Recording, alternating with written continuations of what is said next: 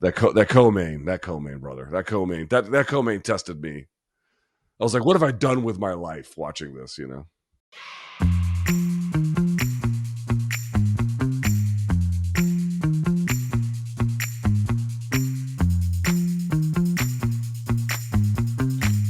Welcome back to the Bohnfire podcast, where we talk about the UFC and mixed martial arts with those closest to the fight game. I am your host, longtime MMA reporter and MMA Junkie senior reporter, Mike Bohn.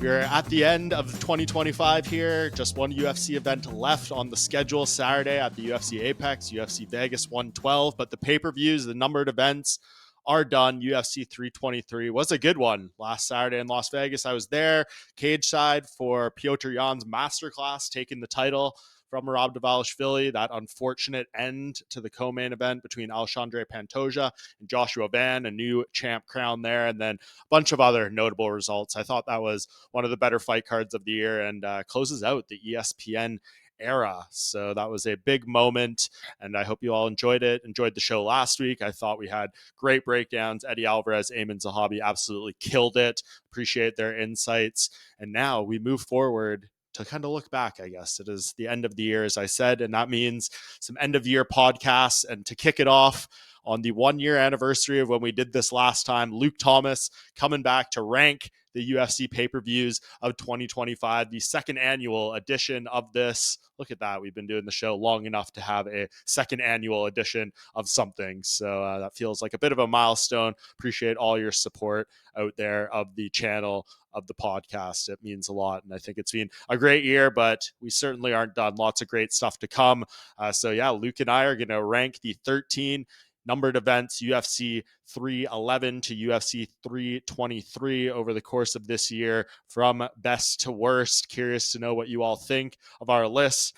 Drop your thoughts in the comments, how yours stack up compared to that, and fun will be had by all. I really enjoyed the show with Luke. We talked about a whole bunch of stuff, including who is going to be the fighter of the year. We're probably going to have to do a vote on that like last year, as I mentioned to Luke. So sit back, enjoy this one. Thank you to everyone for the support. Please make sure to like, subscribe, comment, follow, share with a friend, all that different stuff. Let's keep pushing here and make this thing great. So I will take a quick break and be right back with Luke Thomas. We are back here on the Bohnfire for a second annual edition of the UFC pay-per-view rankings, Luke. The show has now been around long enough to do a second annual, so I'm kind of proud of that. Appreciate you being back. How are you doing, man? I'm doing great. Happy to be back, and congrats on 2 years. I did it for you. How about Yes, that? you helped make this happen. Well, we've it was great last year, and I thought we definitely had to do this. I guess the last time we can call it a pay-per-view rankings. I guess what do we have to do next year? Is it a numbered event ranking, since this is somewhat the end of pay-per-view now? I hate the term PLE, but I guess They that's use the numbered industry event standard. in their press release announcing the January fights. They didn't say PLE was nowhere in there. So I don't know. Okay. All right. Yeah. Numbered events is preferred for me, but I guess we'll see how it all shakes out.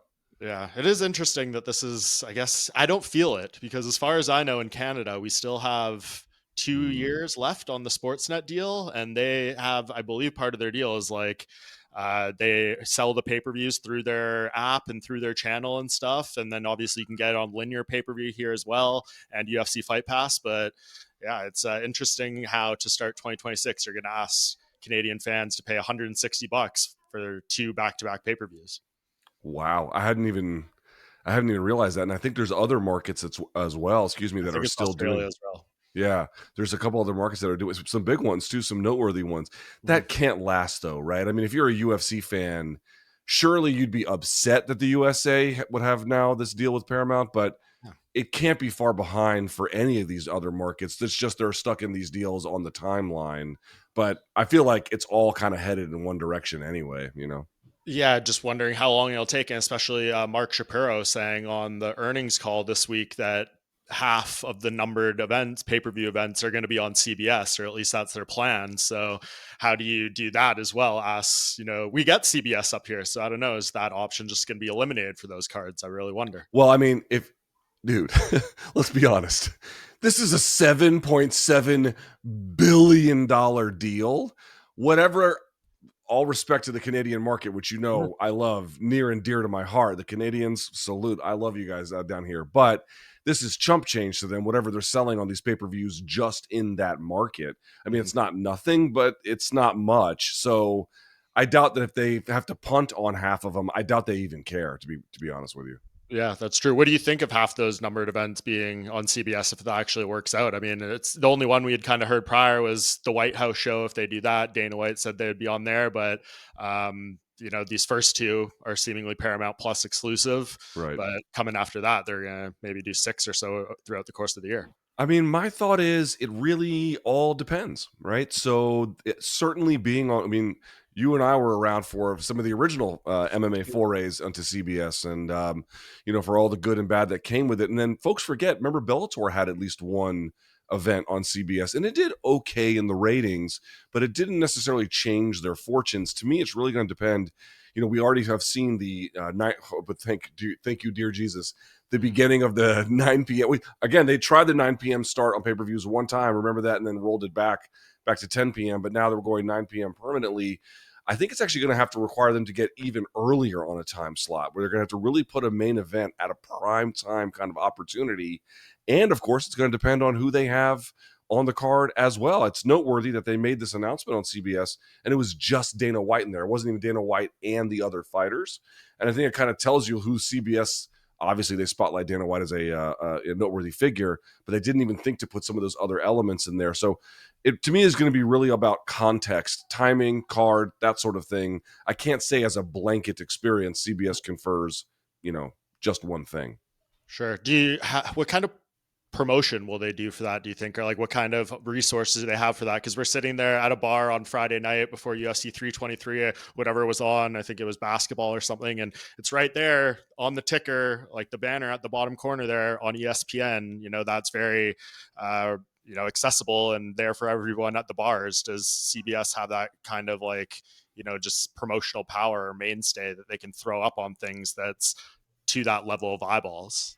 I mean, so again, I used to work at CBS. I no longer do. I had a great run there. But what I would say is from my experience having worked there relatively recently, the two big crown jewels in their portfolio in terms of the sports rights that they have, and again, this is obviously pre-UFC, which I would now add to that conversation, would be the NFL and then March Madness.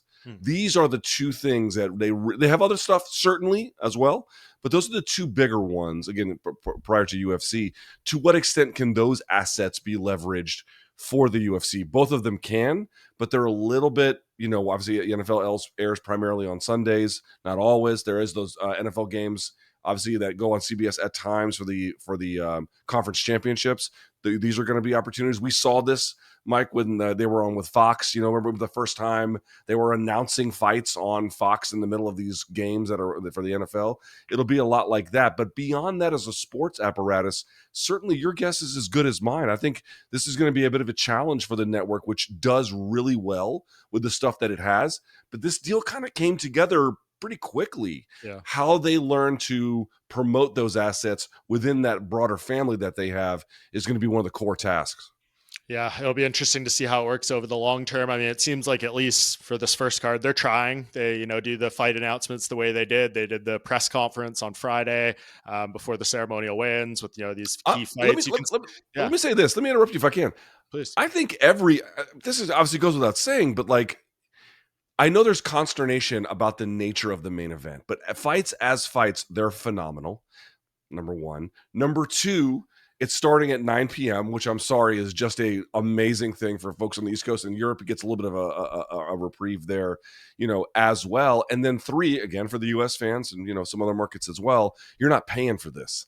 Like, this is a good moment to be enthusiastic to start the year. There are other limiting factors, but I think they're doing a lot to stand out with this first big show.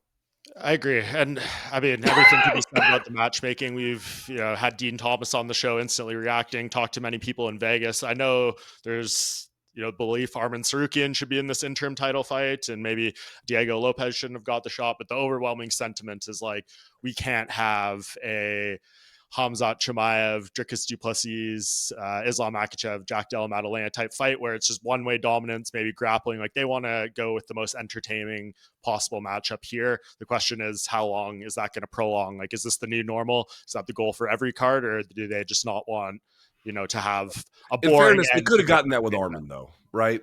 Pardon? In fairness, they could have gotten that with Arman. They I like agree. he's not a But would you trade-off. not say the percentage is higher with Gaethje and Patty? I mean, like I said, dude, I don't hate the fight as a fight. No. As a fight, it's phenomenal. Or at least certainly should be pretty fun. Anyway, I just don't think it's a trade-off. But I sort of get also that, you've got, to the extent that it's relevant, you got an American headlining in the first card on this new network, which is primarily but not exclusively an American deal, at least for now. So yeah, I get it. I certainly get it, Yeah, it's interesting. I'm just curious to see what this new era will hold, but we'll have many days to talk about that, Luke. We want to kind of put a bow here on 2025. First, final event here. I mean, of course, we have one more fight night, but this pay-per-view, what was your biggest takeaway from UFC 323? Was it, Piotr Jan in the main event? Was it the way the co-main ended? Something else? What was the thing that comes top of mind from that event? I mean, the Jan story here to me seems like the biggest one by a considerable distance. There, two things I want to say about it very quickly. One, someone else had figured this out, but he's basically the first UFC champion to have a belt, lose it, go on a 3-fight losing streak, and then reclaim the belt thereafter. That is, I mean, that is, you know as well as I do, once you lose a title, very few of the champions ever get it back. And when they do, it's usually very quickly. There's like an immediate fight, or, there's not a lot of distance between the two. If it's an injury or something like that, this was almost 4 years. It was 3.5 years, pretty close to it anyway. That's just so remarkable. But the thing that really stands out to me, the second point is I did a tape study on my Substack, and right after the fight on Saturday night, I thought to myself, because I had kind of wondered, like, what does it take to beat Merab when he was on this incredible streak? What do you have to do to beat him? And I thought what the answer was that you had to really put a huge emphasis on damage, even if that meant sometimes losing particular positions, like just kind of attacking him everywhere. And on Saturday night after the fight, I was like, well, that's not true. He turned in a defensive effort. Like, it was actually defense first, and then the offense takes care of itself. And then I rewatched it again, and actually that's not true either. I mean, yes, the stuffing of the takedowns was insane. He took him down 5 times. He only got taken down twice, like mind-blowing, right? But the true story of that fight is that Jan got absolutely right in his face, set the tone immediately, and had an answer because they prepped for it for everything. It actually, I'm not going to say, Mike, it was good that he lost his title at age 29, but he was still in his prime when he came on the back end to reclaim it, rather than losing it at like 34, 35, and now you're just really in this age out territory. He was still able to make use of that prime, got right in his face, set the terms. One of the coolest, best stories around, for me anyway, a UFC champion reclaiming their belt. Absolutely magisterial. Yeah, phenomenal. Piotr Jan is awesome. In that vein, he had 1,737 days between title reigns here. The only people with more, this one doesn't really count in my opinion. Randy Couture, 1808. That's just at heavyweight. He won UFC titles at light heavyweight between then. So kind of a disqualifier in my opinion. And then number one probably will never be broken. 2,612 days. Carla Esparza. Which I mean, she didn't defend the title either time. So like, and Jan didn't defend it the first time either, so we'll see what he's able to do. But here. Like the difficulty for Jan. Of course. I mean, it's not comparable. It's barely the same sport, Yes. This is true. He is unreal. That was so cool to watch, and just especially see him doing that body work, and especially on the heels of Eddie Alvarez's breakdown that he had on the show last week. I mean, he was going all in on that, and I was like, wow, he just executed perfectly. I'm sure, not crediting him at all. They had their own game plan, but that was slick, man. And I think the other thing I wanted to talk about before we get into our event rankings was, like, obviously this was a tough loss for Merab, closes out the year, but like, did he lose his fighter of the year case here? Because I think if he didn't do this fight, just say didn't schedule, took the year off after the Sandhagen win, like, I think it's his. When you look at everyone else, 3 title defenses in the year, like I think he would have a pretty firm case. And then he loses it just because he fought the one more time, I guess. I don't know. How do you look at it? I have seen cases like McGregor when he went 2-1 in I think 2016, and then Lawler I think 2013ish, People had 2014ish. Alex Pereira in the year he lost to Izzy and then came back and, got his couple Okay, wins. so it can be done, but typically here's the trajectory of that. So for example, in the Lawler case, they lose at the beginning and then avenge it at the end. And this is not that. This is he just not coasted, but he was cruising, let's say, through it, and then just kind of fell off at the end. To me, that feels different for an important reason. The other thing I think I would say is, as a rule, man, if you're a pound for pound guy, and I don't think Jan was in the top 15 pound for pound when he got the title taken from him. No, he was not. You deserve to not win fight of the year then. And I'm not saying that Jan's some scrub, quite the opposite, but as a general rule, if you're losing to guys outside of the rankings, and especially that thoroughly, you could argue that was 5-0. You absolutely can argue that was 5-0 Jan. That should disqualify you in my judgment. But I understand there's a diversity of opinion on this. So, yeah. Well, so who is it? This is my top 5 that I wrote out. Islam Makhachev 2-0, Joshua Van 4-0. I had Merab 3-1, Waldo Cortez Acosta 4-1, Piotr Jan 2-1, and then I have noted this down here because I think we had the first hot take of the award season from Tom Aspinall saying that Ilya Topuria should get it off 1 2-minute fight. Don't agree with that one, but out of those names, who is it then? Again, I don't think there's a slam dunk case as a consequence. Yeah. But Islam Makhachev reclaiming the top pound for pound spot, and I know that there are people who did not like that fight. And honestly, I argue less with MMA fans about what they should and shouldn't like these days. And if people didn't like it, cool. I understand.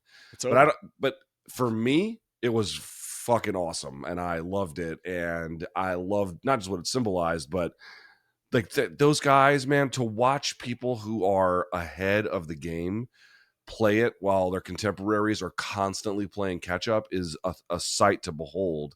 And their running game like that, and that to me makes it arguably, I mean, this Jan one is a pretty good one too, but the Islam win up a weight class and just beating the bags off of JDM essentially, that's the best performance all year probably. So, well, again, the Jan one actually is technically a little bit better, but because he went up a weight class, that's the difference, right? Yeah, that's true. And of course, he had the win over Moicano in January. Islam did, short notice opponent, all that stuff. Not really his fault. He showed up for the fight and was ready to go, so you can't knock him too hard. And he finished it in the first round. So what more can you really ask? But yeah, it's tough. Some people will say Joshua Van had the fight of the year or one of the best fights of the year. Yeah, very quick turnaround, but obviously the way he won the belt. If he had gone out there and legit finished Pantoja, knocked him out, submit him, beat him over 5 rounds. Then that's that I would give it to him because that would be amazing. Makes it interesting now. But it's like, I mean, he certainly didn't have a bad year. He had an amazing year, but the culmination of it is a little weird, isn't it? I mean, same with Merab. Of course, Merab's a loss. You'd rather have the win than the loss, no matter how it came. But yeah, I just feel bad for the guy because if he didn't do that fight on Saturday, which he absolutely did not have to do, he could have wrapped up his year and fought in March. We're saying he's one of 7-8 fighters to ever defend the belt 3 times in a calendar year. Yeah, it's very special. I mean, dude, think about Umar finishing off O'Malley and then nearly finishing, but essentially dominating Sandhagen. That's insane. Yeah, and then he takes the Piotr Jan challenge. So I don't know if we're saying fighter of the year, who was the fightingest fighter of the year? It's yeah, I can appreciate that. I will say this for Van: you can pick him as fighter of the year if you want. If you don't, though, someone else brought this up to me. He's got to be breakthrough fighter of the year, right? I mean. Yes. To go from basically outside the rankings unranked to champion. Yeah, I mean that's crazy. Doesn't happen. I think the only other person who's done that was Cody Garbrandt. So right. Yeah, high bar there. Is there a case for Jan here to get it? The win over Marcus McGee, who was on a very strong run there. He derailed that and then comes in and then here. Figueiredo, right? That wasn't this year, I don't believe. Yeah. No, that was so he just the 2-0? Just the 2 fights this year. See, Islam beats that by going up in weight. Yeah. But that but like honestly, that main event in terms of like who showed just the most consistent high level of skill through a dynamic range of the sport, it's Petr Yan. Like Islam played a game that was purposely a little bit static, which is why there's been some people who didn't like it again, the whole thing. But that was a strategic choice that he was making. So fair enough, it was a smart play, but that's not a dynamic range of different possibilities. But that's what you get with Merab and Yan. And so to me, it sort of stands apart as like just absolute apex elite level fighting. Yeah, love it. And give Waldo Cortez Acosta his love. He's not going to get the nod from anyone, but like I thought he deserved at least like an honorable mention on this list. One of two guys to fight 5 times this year in the UFC. I tell you what, he's sneaky athletic and he wants the smoke and he's sort of having a great moment. Fair play to him, but heavyweight, bro. I'd just be lying to your audience if I told you I gave a fuck. He's not getting the win, but he deserves some honorable mention shout, and whoever does it. But we'll see. Yes, I need some more time to think about this. It is an interesting one, and again, I thought this was a wrap. I thought Merab was going to win, but I might have to bring back what I did last year, which was anonymously vote 100 people all around the industry for their choice for Fighter of the Year. And last year, because it was between Topuria and Pereira last year. Yeah, and Poatan. Yep. Mm-hmm. Yeah, that was very close. It ended up like 58-42 for Pereira. So we'll try that again. This episode of the Bohnfire podcast is brought to you by MyBookie. For all your UFC betting needs, use MyBookie. And for a first-time player bonus, use the code word BOHN, BOHN, whether it's straight bets, parlays, money lines, over-unders, and more. MyBookie has it all to enhance your UFC betting experience. Just one event left on the 2025 calendar, so your last chance to bet big using MyBookie. Anyways, Luke, let's put another bow on 2025 here with these pay-per-view rankings. Last year we did best to worst. Let's go with that again. It was, I thought, pretty straightforward in terms of the top event last year. We both had UFC 300 at number 1. Obviously, a phenomenal, memorable show. Still holds up in my memory more so than any other event last year. Like, I don't know if there's anything I think back to 2024 that stands out. So I guess that means we were right. This year, more competitive in my mind for sure. We didn't have that seminal landmark fight card. Was putting this together, your rankings, more challenging or less challenging than 20? I think this was much more challenging, and I really, really struggled. And I'll tell you why, which is the events all kind of did different things. Like, there wasn't a lot of cases where you had a main event, a co-main event that, let's say, mostly delivered. And also the cards looked similar, like the same parts of the card delivered in the same ways. And so now you're asking, okay, which one had more star power? You could kind of have a more, right. You have to measure apples to apples to understand some of the differences. Yeah. Or similarities as well. And this one felt like, okay, this one had a great main event, but then a shit card. This one had a great card, but the main event was a dud. Or, there was some, for example, 311, where, there's Moicano. Like, how interesting is Makhachev versus Moicano? Not very, right? A fine fight, I guess. Like, he dispatched him pretty quickly. So for those reasons, it was a little hard to put some of this together, I felt like. Yeah, and for the audience, and I hope you stuck with this because I don't think we're just ranking the main card here. It's not the entirety of the prelims because that does change the dichotomy of everything. So we just wanted to stick with those 5-fight main cards that they had for pay-per-view and do it that way. So yeah, I found the top 8 really difficult. My bottom 4 were I thought more obvious and easier to put together. But yes, I'm very interested to see how it compares, Luke. I'll let you kick things off. What was your number 1 pay-per-view card of 2025? All right. This is going to be, oh man, how do I say this? There's no way that I'm going to have the most representative one. Okay. I'm picking along my interest level. All right. Okay. That's totally fair. Yeah. So I want to be clear your own rankings. Now, with that in mind, I pay attention to things like star power and, some of the size and the spectacle and the significance that plays a role. But for that reason, while I grant that the co-main was the dud of all duds and it was the only thing really bringing down the card, honestly, 322 was my favorite event. This is the Makhachev JDM card, obviously. Yep.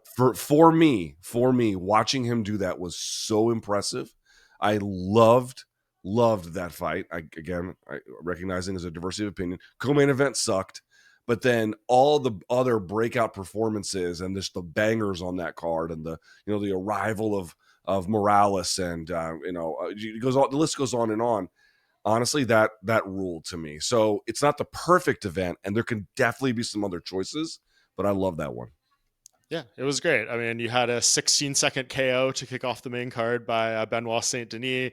Another great knockout by Carlos Prates, Michael Morales. Yeah, you get 3 performance of the night winners to kick off the main card, and then 2 title fights that were extremely dominant. And yeah, may not be the most exciting thing, but if you're into this to see the most high level fighters, I mean, you can't really ask for much more high level performances than what Islam Makhachev and Valentina gave us. You took the words out of my mouth. There you go. Well, since we're on him, and this is, we'll get to another Islam fight, but who do you think Islam's going to fight? Who's going to defend that belt first? Are we going to get this Kamaru Usman thing? I tried to put Ali on the spot as much as possible and be like, what did Ali say? I missed that. What did Ali say? I mean, his first thing he said, first of all, you have to understand Kamaru Usman is black.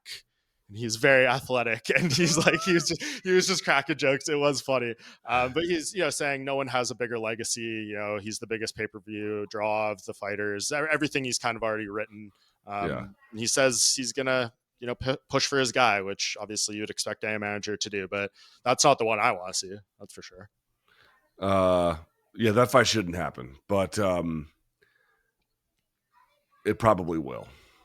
I suspect that that's the fight that they will make. And it'll be after Ramadan, right? Something like that.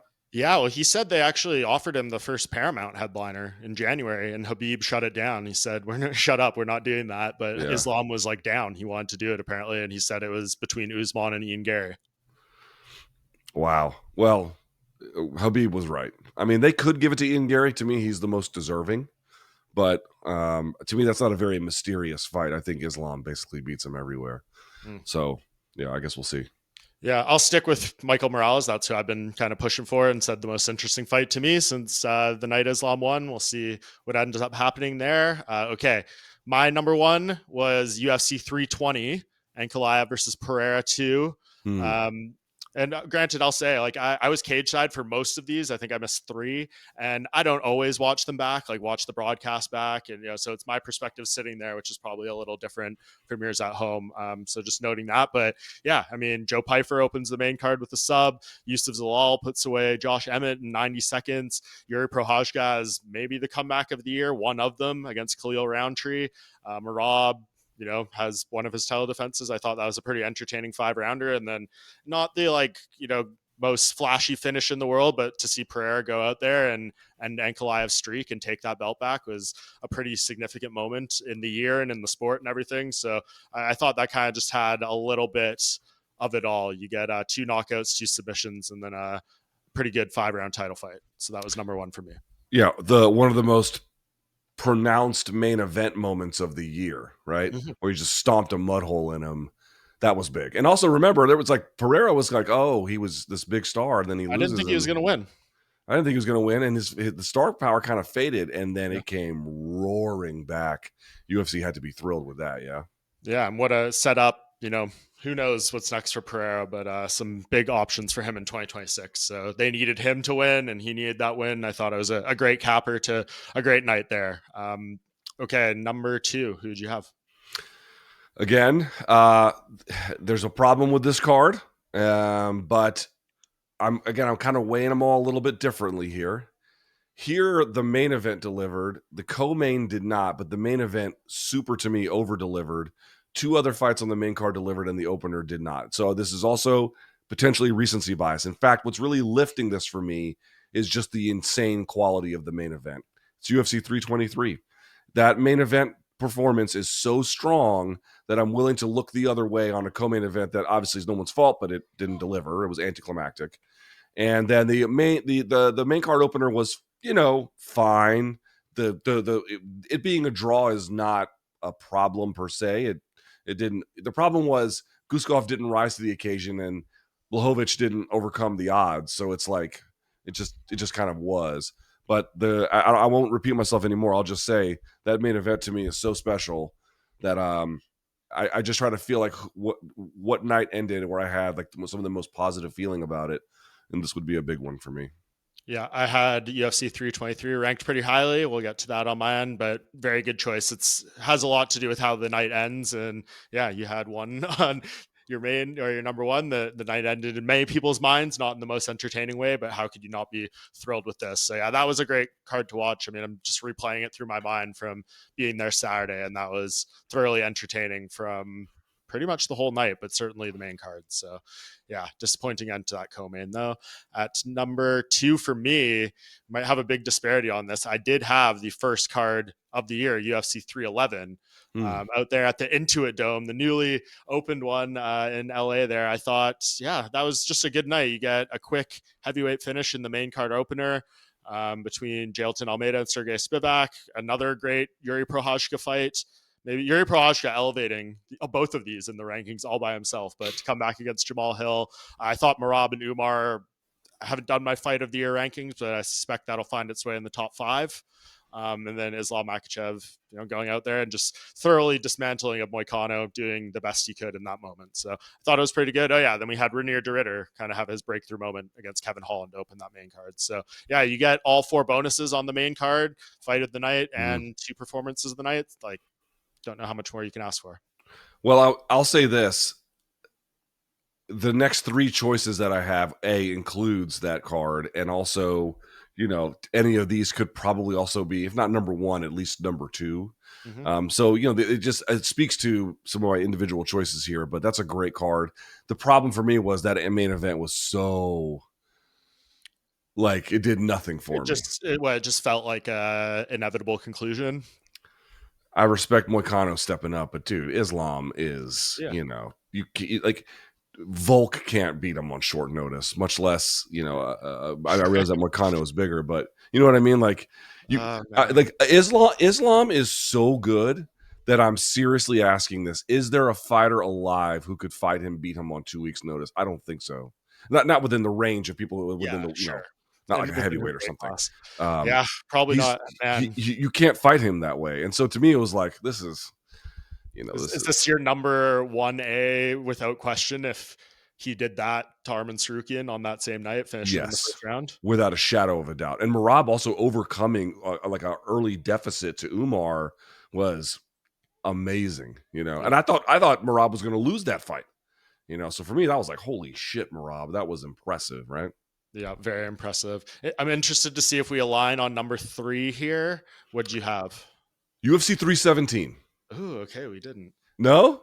But it's close. Right. Here, let me pull my notes up here for just a second. UFC 317, the reason I picked this one is because the main event to me was, I'm gonna put a heavy emphasis on main event quality or not. You can see that drives a lot of my decision making. Yep. But Topuria stepping up and just completely icing him like that was insane. Like one of the, for me, funnest moments of the year. Obviously, sad for Charles. We all like Charles, but that to me was just. He said on the show he was going to send Charles's head into orbit, and he and in the first round, and you're like, dude, who the fuck is this guy think he is? I thought he was going to win, but I think he was going to win like that, and then he just goes and beats the bags off of him. Pantoja just makes short work basically of Kai Kara France. There is the fight of the year contender you mentioned, certainly the one on the bonus winners on that night, I believe, Van and Royval. Dariush Moicano, fun spirited contest. And also on the card, you can just talk about later, but it was Peyton Talbot and Felipe Lima. He got back to work after that terrible showing against Jaime Barcelos, and obviously made really good use of it against Cejudo. So, but to me, that main event was like history in the making in a way, Yeah, it's clearly valuable moments to have those double champs per se, or at least, get to see Islam and Ilya throughout this year to put those 2 belts over their shoulders inside the octagon. And yeah, obviously this is as spectacular as you can get for International Fight Week as well.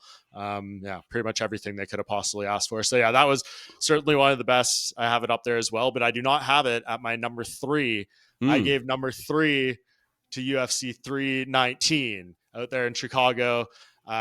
probably main event takes a big hit on this one, but I was able to overlook that for the Lerone Murphy spinning elbow on Aaron Pico, the Carlos Prates spinning elbow on Jeff Neal, MVP in Cannonier. I didn't think that was as bad of a fight as some people painted it out to be. I thought it was pretty captivated. And then Tim Elliott gets a nice sub in the opener.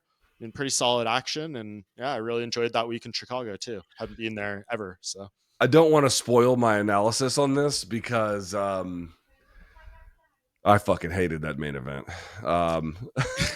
It was. I had a whole media cycle about it. I was on Demetrius Johnson's channel, and we were debating about it. Like I respect how good Khamzat is.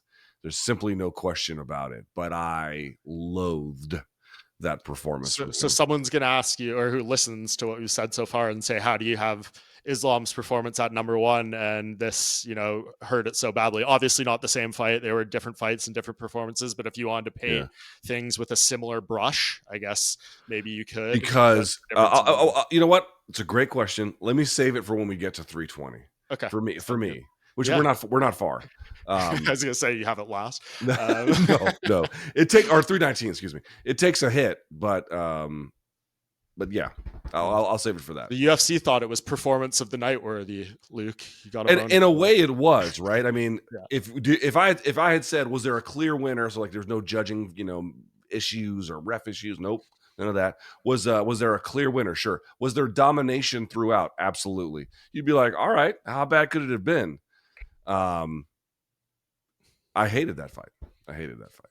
So if you put Islam Jack on this card instead, and it's the same everything out, you get the spinning elbows. Is this your number one then? Probably. Yeah, that's probably number one. Yeah. Okay. Interesting.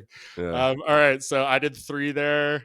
4. I'm at 4. I'll go to 4 for me because you said this one already. I had UFC 323 there, so that was still made it in my top 4. You had it higher at 2, and yeah, I mean, what more can you say? You said Peyton Talbot and Henry Cejudo was a banger. Henry Cejudo went out, on one of the better retirements I can remember, especially on a loss. So that was fine. You get the bonuses, all that. You wanted to say something on Peyton Talbot though?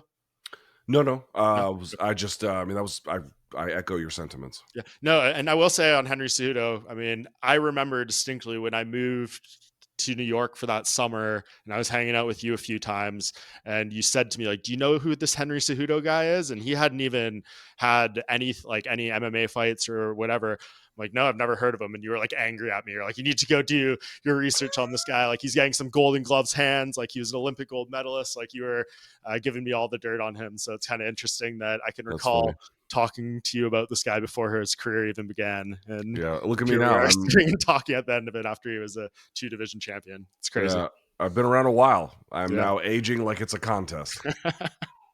Okay, who do you have at 4 for you? 320, UFC 320, which is one of the ones you liked a lot. Again, this was the Poatan Ankalaev rematch. Merab beating Corey we didn't really talk much about it, but that again was so impressive because I think Corey, I thought if he was going to win it, it was going to be that night. He looked as prepared as I'd ever seen him, as in belief of his own capabilities I've ever seen him. And then Merab fucked him up. Merab beat him up. The Yuri fight against Khalil, what more can you say? Yusuf Zalal, that was a vicious arm. Well, it was a quick arm bar anyway on Josh Emmett. And then, as you mentioned, Joe Pyfer opening up with the face crank on Abus. So that was fun. Go back to back. Give me your 5 as well. My 5 is going to be the one you liked a little bit higher, UFC 311, the opener for the year. Great card. Again, for me, what weighs more heavily is that main event, and I just hated it. Well, I didn't hate the main event, but you were taking the best that you had, obviously, given the circumstances. Really disappointed because, as we all know, Tsarukyan gave Islam a really tough fight their first time out. So I hope there's a chance to run that back at some point in the future. Probably not at this point, but in any event, I loved it in general. A lot to like anyway, but that main event killed me. Yeah, it was a great card, but it sucks that you think back at that and the biggest thing that comes to mind is Arman Tsarukyan and the missed opportunity, because here we are pretty much a year later and we're still dealing with the aftermath of it, even as recently as till Saturday when I asked Dana White about it, and it was just like, okay, and that wasn't even my question, just be like, have him rant. I just wanted to be like, what are you going to do with this guy next? Because clearly 2 lightweight title fights need to happen before he's even going to get a shot. We need the interim fight and then the unifier. So he's got to do something in between then. And You think he gets, let me ask you think he gets the Max Oliveira winner? No, hell no. No? Who are they going to give that to? I don't think they want to put him in a fight like that. I would be surprised. And again, when's the winner of that ready? June, July? If they beat the hell out of each other, like that fight's at the beginning of March. It's 4 months. Jesus, right? Yeah, 3 months away. Like, if I'm him, I'm trying to fight on that card in case something happens, or like, right. And he's probably going to have to fight. I mean, all these guys are booked now. I was thinking like BSD might be good, but it might be Gamrot off a loss. Which is the fight he should have taken last year. They offered that to him in the Abu Dhabi main event. I can't remember who ended up fighting that one, but yeah, he didn't want to do it. Well, here we are. Good luck to him. Yeah. He's just going to have to take fights. I think it's a tough spot. So Jesus. This is what it is. Okay, so that's your 5. I did say my 5. No, I didn't. I had UFC 317 at okay. So yeah, we had the Ilya moment, the fight of the year, Pantoja dominance. It was all very good. So I'll go into my 6 there before I toss it to you. Pretty similar top 5s though. I had UFC 314 down there in Miami, Volkanovski versus Lopez 2. It was a good card. We had a nice title fight main event between Volk and Lopez that we'll get to see all over again in a few short weeks, Luke. Had a vicious KO by Dominic Reyes, submission of the year candidate by Jean Silva against Bryce Mitchell. The Yair Rodriguez Pitbull fight was kind of ho-hum, but I thought it was a great card overall and a nice time in Miami. And was the UFC debut of Pitbull, right? It was, yes. So there was some kind of value there as well, some additional intrigue. Now we're starting to get a little more closely aligned. Because I don't have it for this slot, but I have it for the next one. Okay. I don't know if you want me to say it or not. Like where your UFC 314 is? No, or your 6? My 6. Yeah, give me your 6. All right. For my 6, I have UFC 319. So I still ranked it closer to the, a little bit in the better half, at the bottom of the better half. Let me tell you why I hated that main event. And people are like, oh, it's the same as the Islam fight. No, it's not. I will meet the audience halfway on this. Like I said, I'm not trying to lecture everyone about it because you just can't anymore. People are going to like what they're going to like. You have to live with it. Yep. But you can't just say things like, oh, they're the same, because they're not. And the reason why they're not is because for any number of reasons. For example, Islam going for submissions, more often and threatening them had such a pronounced impact on Jack Della Maddalena's movement, right? He was being faced with offensive dilemmas. If you roll to your back, you could potentially give up the pass. I know there's some question about how much they were trying to do that, but it was part of it. Or you could roll to your side, and then you're just going to get darsed. And he was constantly navigating this position. But it's really not even that necessarily. If you go back and you watch, for Islam to do anything in the grappling context, he met immediate and consistent friction.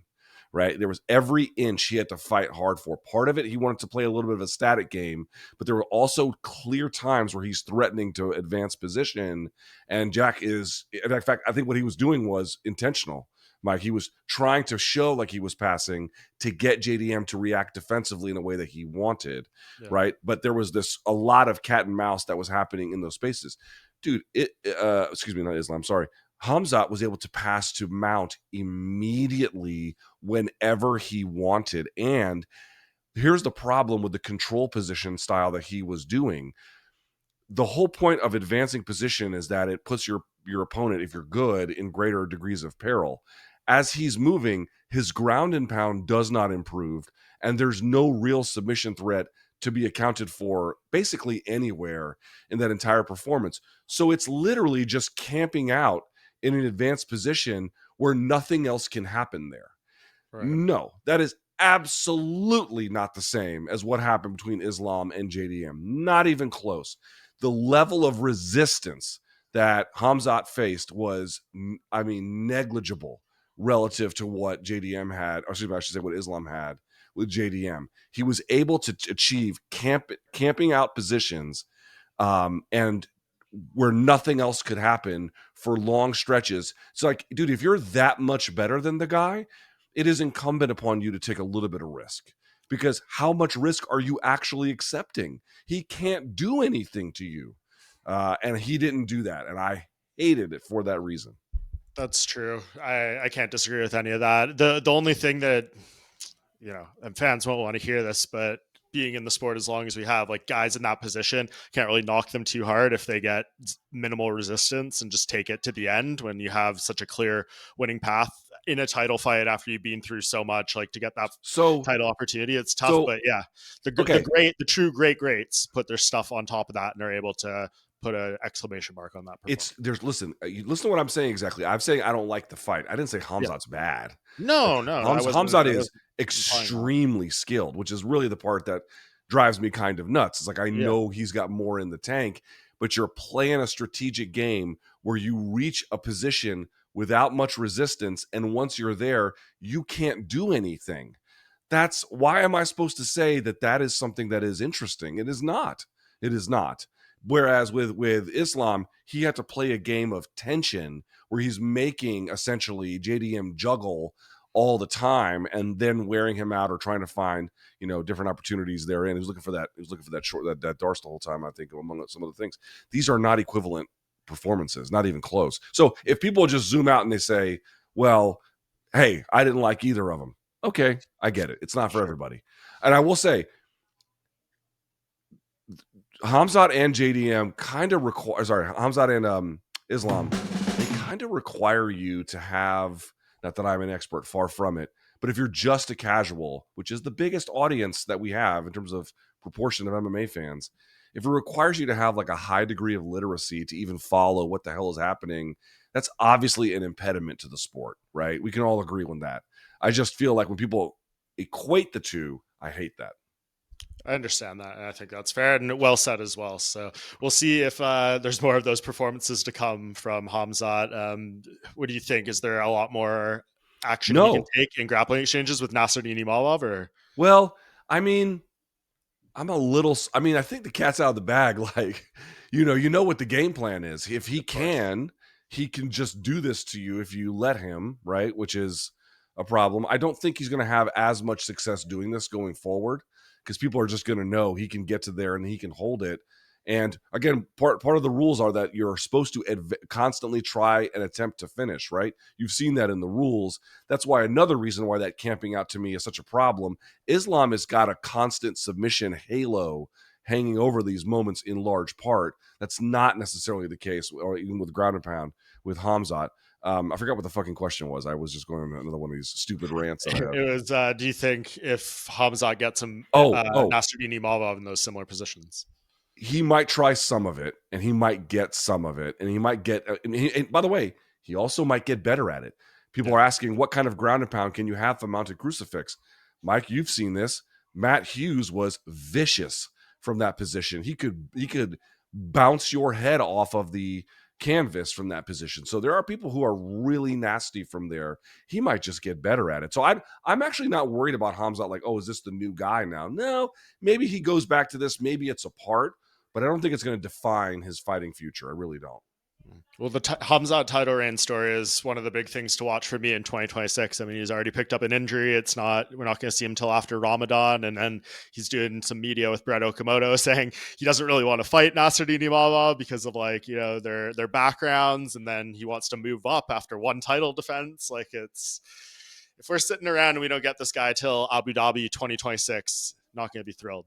Was it Dean Thomas on your show here who said about him, oh, if he wins, it's going to be a problem for the UFC. Yeah, and Dean got murdered for it.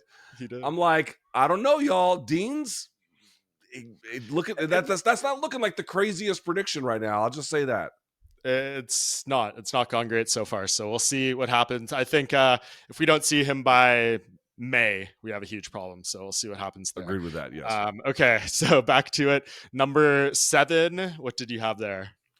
Let's see. 1, 2, 3, 4, 5, 6, 7. UFC 314, the Volk Miami card. So the main events tend to be very defining for me. Really like the main event, especially for the story of Volk getting back to business. but Diego Lopez not ever being able to cut off the cage was insane to watch. I'm being that serious. Like I was I like, know. I agree. We were I was saying like, that watching it. bro, you have all these other skills. They're really good. How do you not have something as foundational as that? So I guess part of the reason why I kind of want to see the rematch is like, it's kind of funny, right? People are like, oh, how different could the rematch be? Actually, the rematch could be really different. I And the agree. reason why is because there was a gigantic problem with the first one that I'm not saying one camp can easily fix, but it's one of those ones where if you tighten up a foundational element of fighting, the downstream consequences are vast. So it's like this is a huge area of need that they can make a lot of progress in. I don't know. Could prove quite useful for his chances, I agree. It's going to be interesting. Volk is only a year older and wanting to fight sooner. So I'm very curious to see how this goes. And if Volk loses, is it his last one? And does he go out there? Even with a win, I could see it happening too. So Yes. that's coming up early 2026 there, UFC 325. At number 7 for me, I had UFC 313, Pereira versus Ankalaev 1. To be solid card, we had a KO of the year contender with Mauricio Hufi and Bobby Green. That's a pretty awesome way to kick off your main card. Amanda Lemos and Yasmin Lucindo is okay, whatever. Ignacio Bahamundes finishes, retires Jalen Turner for a few months, gets a performance bonus there. Justin Gaethje and Fiziev, another fight of the night from Justin Gaethje. The main event was not very good, but I thought it was at least fascinating. Alex Perez out there killing everyone. Magomed Ankalaev was giving him a fight. It was clear it was not going perfectly for him. So, that's a big title change and a big upset, if you wanted to call that at the time. I mean, I know it was a pretty close odds wise, but still, people are not seeing Pereira really losing much going into that fight. So we're getting to the bottom half here. I thought for what it was a middle of the pack type of event. I basically agree. If I may, it's because that's my number 8. Okay. So we're pretty close here, middle through. I generally agree. And again, for me, the main event, that fight was over. You're like, dude, what the hell was that? That was terrible. That was terrible. I mean, and again, not even because some fights are good, some fights are bad, sure, but Poatan looked like a cheap version of himself. You didn't even. Hey, if he fought and lost, that's just that's fighting or whatever. But he just looked. It was the Michael Jordan flu game, except without I the literally winning. scratched my head. It was a head scratcher. Yeah, That wasn't even intentional. Yeah. So I hated it. I agree. Yeah, it was not the best, but you got a KO of the year contender. I guess it makes the middle of the list. So at number 8, you're probably going to be pissed at me for this one because this is a big disparity. I had UFC 322 there, which feels a little low now that I'm looking back. But yeah, I know you had it. At least You had it tell at your me number why 1. your initial reaction was to put it down there. I think it was probably just because of the title fights and the lack of, thrillers in that regard. I mean, we did get all the finishes, but yeah, maybe I just kind of slid it down there for those 2 reasons because the title fights were just so one-sided and didn't have that many exciting moments. The other knockouts and everything made up for it, but yeah, maybe I could have switched this to like 6 or 5, but I don't think it's breaking my top 5. I'll say that, even if Okay. I remedied the order. Wait, did I mess up my order here? What if I told you was my answers? So, quick recap here. Luke had UFC 322 at 1, UFC 323 at 2, UFC 317 at 3, UFC 320 at 4, UFC 311 at 5, UFC 319 at 6, UFC 314 at 7, and UFC 313 at 8. We didn't talk much about 319. No, this is right. I'm sorry, we did. I'm sorry. I'm losing my mind here a little bit. You're good. You're a little under the weather today, Luke, so we appreciate you bearing with us. It's quite all right. Okay, so yeah, I mean that's probably the biggest discrepancy we'll have on our list, but it was close. I tried to give them like a little out of 10 ranking there to make it easier to put together my list. I had this at a 7.9, and there was 4 other ones that were like 8.1 to 8.2. So it was just there. It could have found its way up to 6. Okay, so you had 8. Number 9. Let's see. 1, 2, 3, 4, 5, 6, 7, 8, 9. Okay, for 9. Okay, card was dreadful, but the main event to me really over delivered, and I actually heard sold much better than people realize. I'm gonna say UFC 318. I fucking loved the main event between Max Holloway and Dustin Poirier for a couple of reasons. Obviously, Max had lost to him twice, and then I thought was clearly the better guy. I mean, one obviously, but I'm saying like visually, just looked like he was the one in command, certainly down the stretch. It was a retirement opportunity for Dustin Poirier down there in Louisiana and New Orleans. What is not to love about that? And one thing I really said about that fight during that time, Mike, was, we don't have to make a big point of it, but I'll just say very quickly, it seems like there's not a lot of gentlemen left in the fight game. And this was a case where we got to celebrate two of them on the same night. And they had a rivalry, and the fight was good. And Max, I think getting back to top form back at 55, obviously, was, critical for him and his career. And how there was just so much I loved about that main event. So for me, I can overlook a lot of parts of the rest of that card that were like sensational, really important main event. The reason why it's a little bit lower, obviously, is because the main event is so great, and then the rest of the card is not. Yeah, one of two main cards with no bonuses was UFC 318. Wow. So we'll get to the other one, but yeah, I've had it obviously on the bottom half there as well. I had it slightly lower, but as far as events to cover, that was my number one of the year because it was awesome to be down there. I mean, I've obviously had a very long relationship with Dustin Poirier, getting to cover his final fight, him having me into his house after the day after to like do a podcast and hang out with his friends and family and stuff was very cool. Gave me all, the war hat and stuff that stays on the set. So can't hate on that, and was led to him being a very regular co-host on this podcast. So only good memories of the Dustin Poirier retirement fight, but I had a little lower. For my number 9, I had UFC 316 out there in beautiful Newark, a place I know Luke has very fond feelings for. I got to stay at that hotel that was in Penn Station there. The Hilton? Yes. Yeah, across the street, bro. I've seen homeless people shave their pubic hair in the bathrooms in places like these. You understand what I'm saying? So. I would not be surprised. But yeah, solid card, just didn't rise to the level of some other ones. But obviously Merab submitting Sean O'Malley in the main event, solid. Kayla Harrison, her crowning moment against Juliana Pena, a big moment for her. But then the rest, Pfeiffer and Gaslam, meh. Batista and Mix, meh. And Kevin Holland, beats Vicente Luque, but Kevin Holland's on half these cards we've talked about. So yeah, he is. It doesn't really change the fortunes of it one way or another. Here's my message to the people of Newark: if you live there, just move, just leave. There you go, from Luke Thomas. What did you have at 9? UFC 316. Okay. There we go. Finally, this is the first one. I think we're on the same page. Yeah, so. UFC 316. That I mean, I did like that Merab kind of overperformed by stopping Sugar, sure. But that fight shouldn't have happened. And I mean, it just straight up shouldn't have happened. I mean, good for Merab. He performed ably, but and then the co-main to me really had not much mystery, to be honest with you.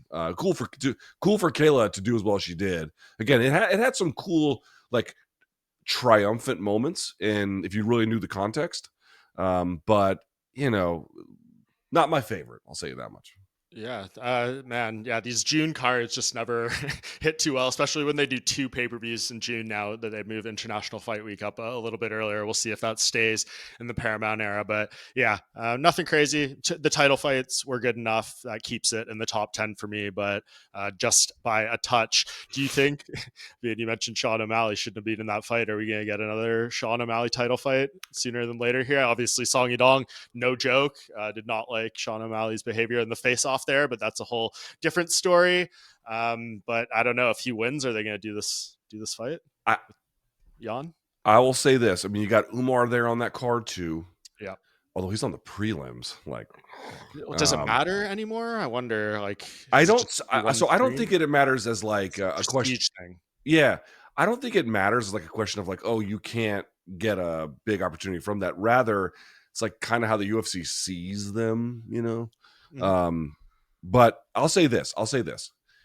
If O'Malley somehow stops Song Yudong, I would be surprised if he didn't get a title shot. If he just straight up beats him, even then you might like his chances, but I wouldn't guarantee it. But if he stops him, yeah, he's going to get it. Mm-hmm. Yeah, we shall see. Merab Dvalishvili, I think, saying in an interview as of a few hours ago of this recording that UFC said, take your time, rest, recover, and you're fighting on when you get back. But that remains to be seen. But who knows? There's videos and photos out there of Hunter Campbell at Merab's after party, like giving him hugs and stuff. So who knows what's going on there relationship wise? And he did a lot for them this year, so he certainly deserves it. But I just wonder with the other options in play if Merab will get it. Okay, rounding out my top 10. Is UFC 318 Holloway versus Poirier 3. As I said there, not the greatest card, no bonuses for the main card. Poirier versus Holloway was a solid fight. I was as captivated as any just because of those guys being who they are. The D-Rod fight against Kevin Holland was not too bad there either. But other than that, yeah, it gets the lowest spot in my top 10. So that's that for UFC 318. What did you have at 10? All right, let me pull up my notes here on this part. All right, for number 10, there it is. Okay, this part. UFC 321. Yeah, this card was bad. This was bad. Yeah. Now, it didn't have to go this way, but bad, bad relatively speaking. I hope everyone. No, it was. I'm surprised you didn't have it lower. I'm kind of shocked that you gave this top 10 prestige. So for a couple of reasons, I like the Mirzakhanov he's an interesting guy to me. Umar against Mario. Now, here's the thing about this fight. Mario is hard to look good against. You can beat him, but he's a tough ass assignment. People were shitting on him because they didn't like the nature of the way he beat Aldo or whatever, but he's a good fighter, like a very good fighter. And like Umar had his hands full with him. Also, the reason why I kind of appreciate this fight is I feel like it's kind of interesting. Someone mentioned this to me and I believed it, but now like even I can see it even more. If you look at like the Abdul Manap camp, there's like Islam and Habib, like these like the really high achievers. Like a step below that would be Usman and Umar, and then below that is kind of like the rest of the donks. Well, it's true, right? Like those are like the four big ones. I mean, there's other ones than that, but those are the four big ones. John Pork's coming. There can be new entrants, but they got to prove it first, right? Sure, of course. But what I'm trying to say is, some of the things that I did not like about Usman's game in the rematch with Paul Hughes, I saw a lot of it in this one. Like I actually learned a lot about Umar. So I felt like, again, like what did I get from it? I saw Umar as both a high achiever, but that I really saw his limits, even in ways that I didn't necessarily see them in the Merab fight. So to me, that was quite helpful. And, Mackenzie Dern kind of fulfilling it on the back end it was nice to see. It was nice to see. The main event was an unmitigated fucking disaster. So let's just call it what it was, right? Yes, it was very, very bad. We'll talk more on that when I get to it on my list. But yeah, rough event out there in Abu Dhabi. That's all I'll say about that for the moment. Go back to back. Give me 11 here. Okay, one more second here. Let me see here. Okay. So for my other one, this is number 11. UFC 315. UFC 315. I had 11 now, as well. UFC 315 has one part of it that maybe two parts that I really like. The main event. This was the best Jack Della Maddalena performance I've ever seen. He just did a phenomenal job. And I know a lot of people are like, oh, Bilal didn't shoot enough. There is something to be said for that. But what the real truth is that this is what was so funny about it. This is why this fight was fool's gold, though, a little bit, Mike, if I could be honest, because before the JDM fight with Bilal, there was the JDM fight with Gilbert. Mm-hmm. And in that fight, what did you notice? Gilbert would take him down, and it would be JDM who would have to scramble or get back to his feet. But he didn't do a really good job of like down blocking or stopping the takedown at the point of the attack. He more would just get taken down and have to kind of, get back up. But against Bilal, yes, he had to do a little bit of that, but he showed for the first time he could down block, he could get, underhooks, he could sprawl and like stop the takedown before it even started. And I was like, oh, this is it. This is what you need to fight Islam. You know what I mean? Like, this is the thing. That's why I was like so intrigued heading into the Islam fight. I was like, if he hadn't shown me that, I wouldn't have believed he had any shot. And then he didn't do any of that shit against Islam, which is, I don't know what to say about it. But at least for that night, I was like, that. I just love watching fighters, and I know you are the same. I love watching them fulfill potential. I love it when like big pieces get solved in their games, and that felt like that to me that night. The rest of the card, that co-main, brother, that co-main tested me. I was like, what have I done with my life watching this?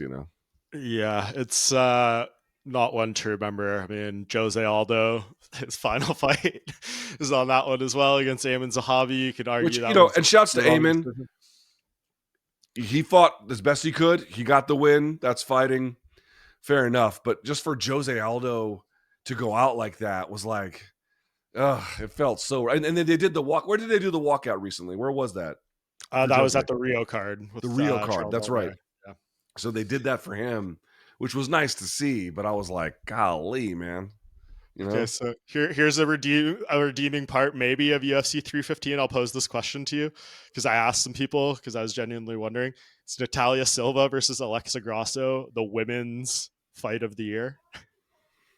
Holy shit. If so, if not, can you name a better one? Dude, you don't have to. Women's MMA is in trouble, bro. And not, yeah. Wow. Someone posed that to me. They're like, that might be the women's fight of the year. I was like, you might be right, and that's not a good thing. That's dude. I hadn't even thought of it like that. That's crazy. That wasn't a bad fight. It was a good fight. Yeah, it was fine, but it's like just like any other thing. Yeah.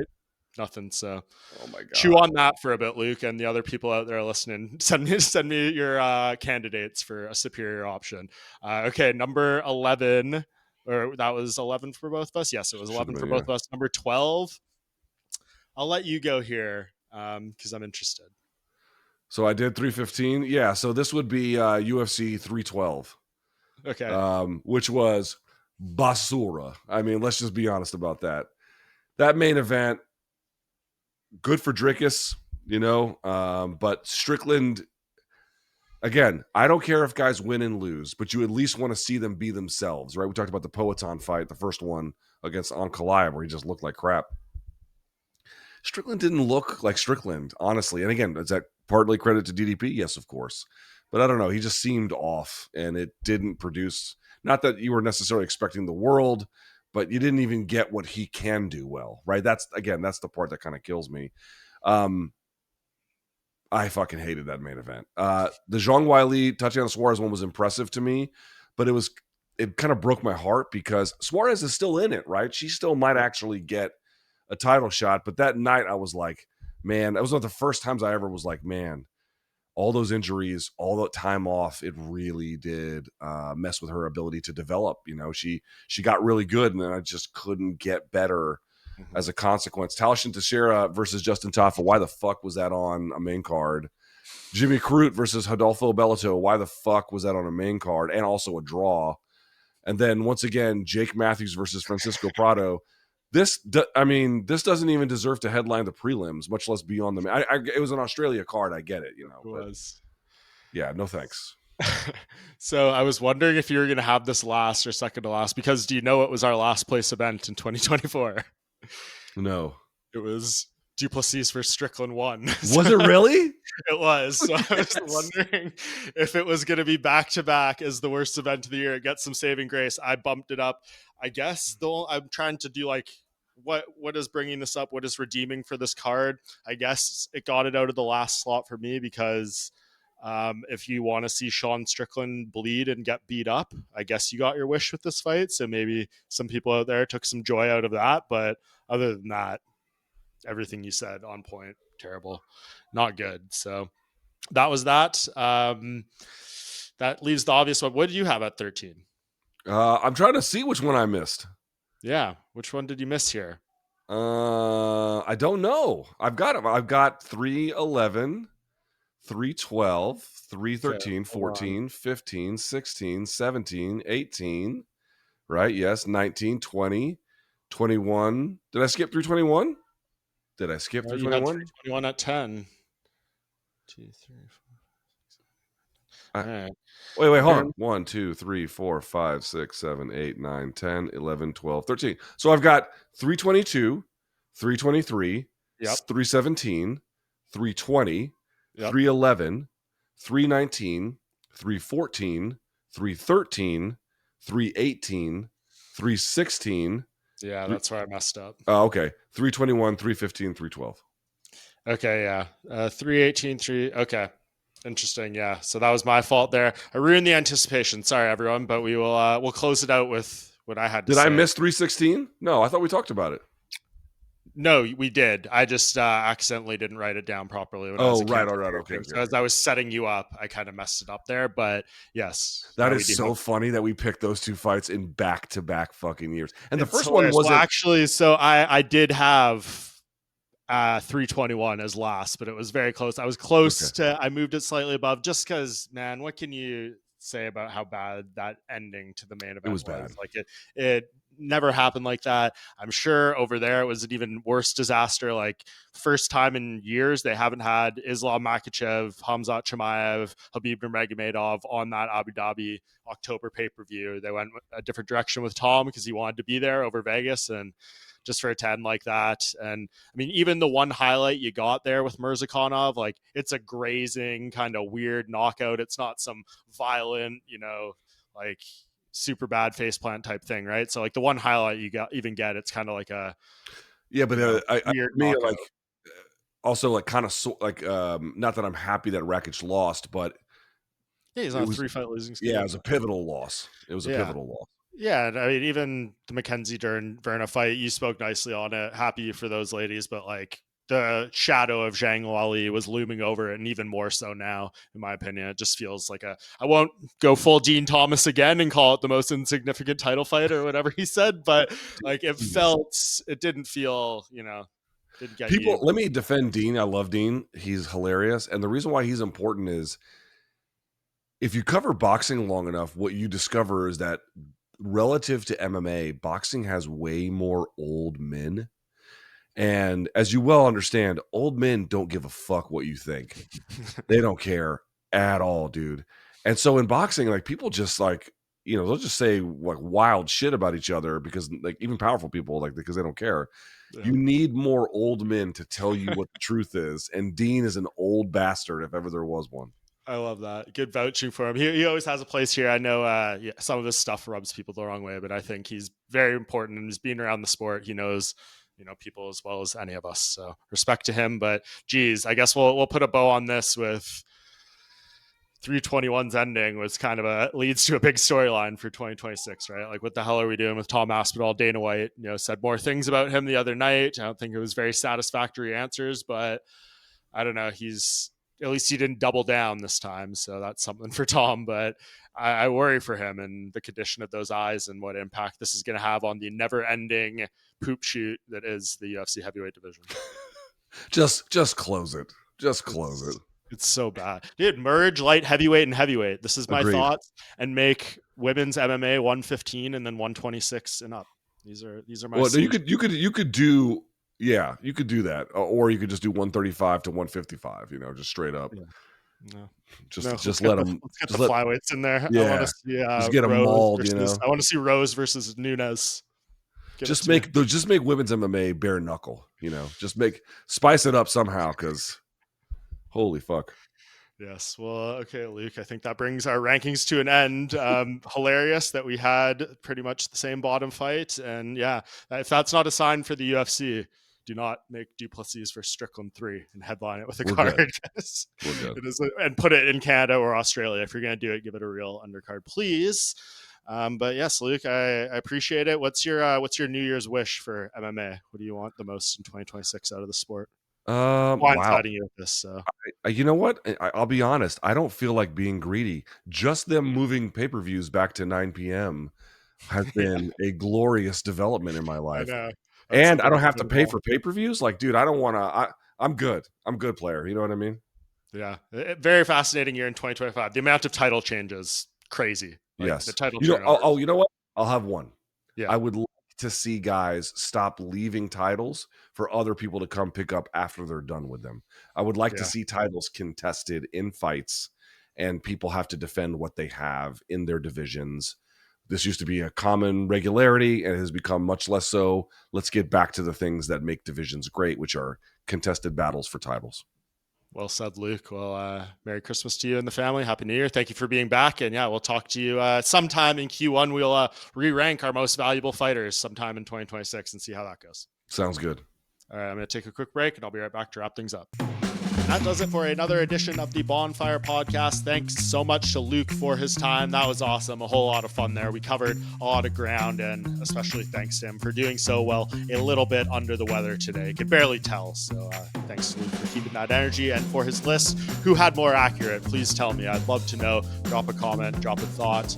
And that will do it for this show. Thank you to my man Kamikaze, Abi Subban, as always, for producing.